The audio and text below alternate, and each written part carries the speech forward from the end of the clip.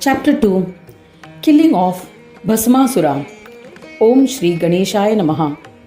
Mudgalacharya continued the narration of the legend. After listening to what Asita had explained, Naidruva was astonished. He bowed before the illustrious one humbly.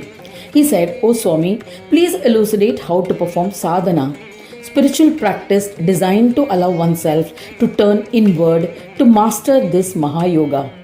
To do this, whom should I worship? O eminent yogi, please expound." Asita said, "Listen, O son, I shall tell you the legend of Lambodara, which will explain Mahayoga. There's no doubt about it. Once your father Vatsara and I had attained purification of the mind by observing austere penance. Having stabilized ourselves appropriately, we were trying to attain yoga siddhis. We achieved inward knowledge. We became popular amongst those in Jada, Unmatta and other states by behaving like them.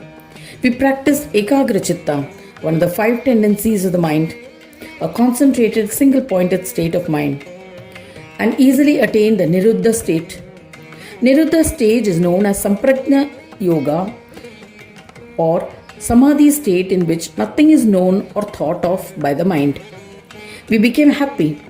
In that state, we ceased to crave for satisfaction of desires and exhibited no infatuations. Despite this, we lost our peace of mind. We were surprised. We went to Brahmadeva to seek his guidance. Just as we were about to narrate our plight, 2 munis arrived, Vishwamitra and Vasishta. Both were filled with rage and were engaged in a verbal spat. Enraged, they questioned Brahmadeva. "Please judge who is superior between us, the one who practices austerities or the one who practices yoga?" Listening to their query, Vidhata, the grandfather Pitamaha of all, said, "A Muni who has conquered anger is a most acclaimed one.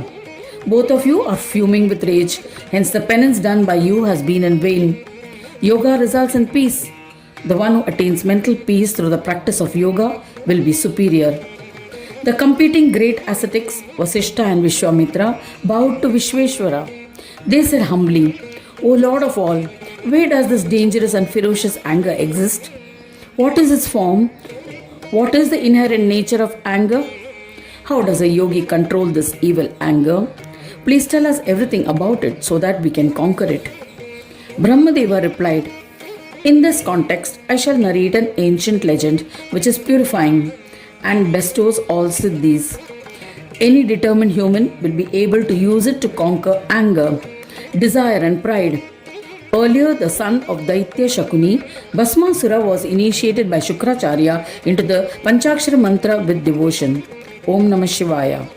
He was consecrated and meditated to please Mahadeva. He smeared ashes on his body and worshipped him with prescribed rituals. Observed penance for 1,000 years.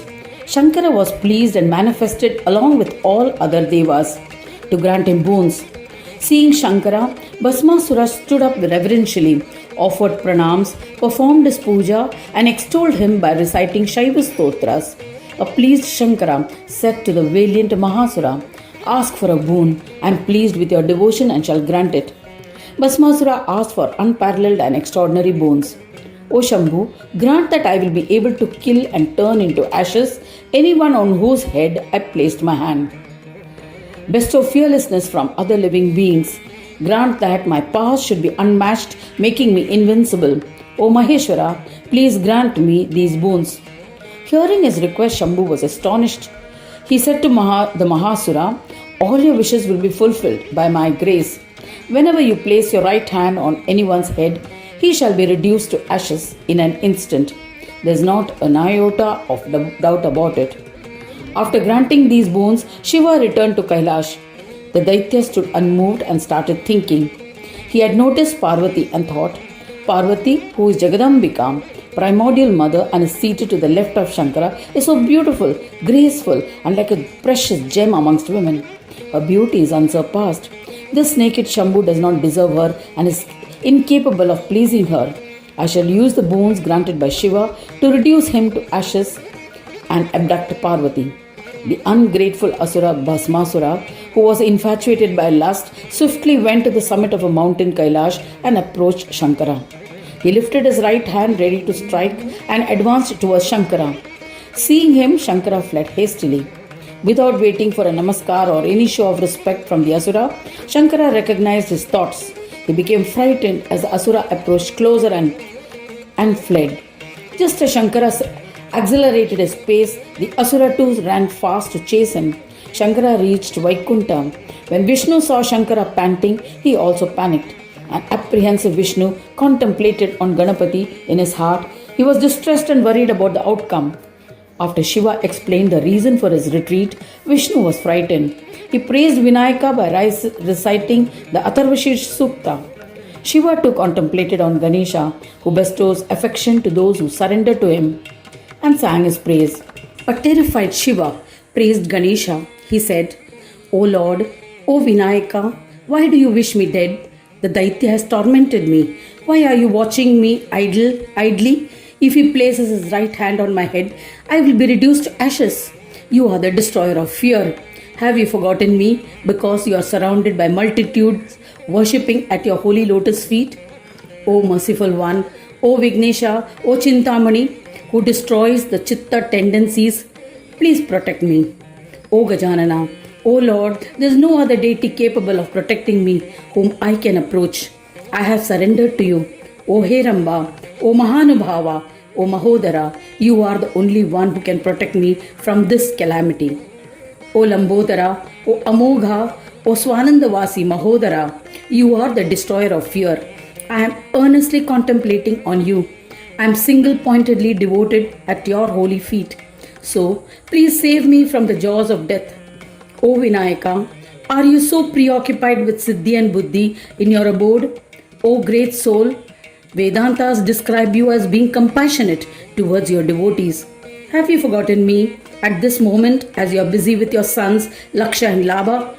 O Parameshwara, if you fail to protect me, the glory of Vedas will be lost forever. O Supreme Spirit, just as Surya illuminates everything at once, you protect innumerable devotees at the same time. To the one who attends to all, why the delay? I am at the gates of death and trembling with fear. O sons of Mahesha, O Hiramba, O Vinayaka, O Vignesha, do not delay in protecting me.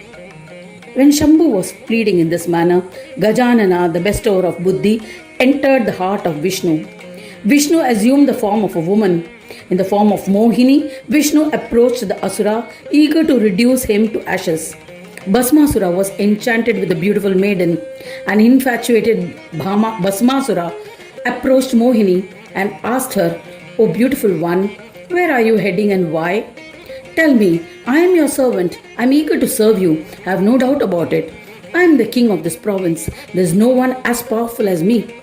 O gorgeous, I am in love with you. I am your servant and have surrendered to you with love. I shall be yours forever. Have mercy. Listening to these ramblings, she smiled and introduced herself. I enchant everyone, and so I am called by the name Mohini. O Daitya, if you will always be obedient and devoted to me, I will stay in your house as your wife. An overwhelmed Daitya promised. Mohini said, Then dance with me. You must repeat the steps. When he agreed, she started dancing gracefully. The Daitya, madly in love, copied her steps. In the course of the dance, Mohini placed her right hand on her own head. Bhasmasura, deluded by Maya, created by Vignesha, did the same. Deluded by Maya, the Asura placed his hand on his own head, and in a flash, he was turned to ashes.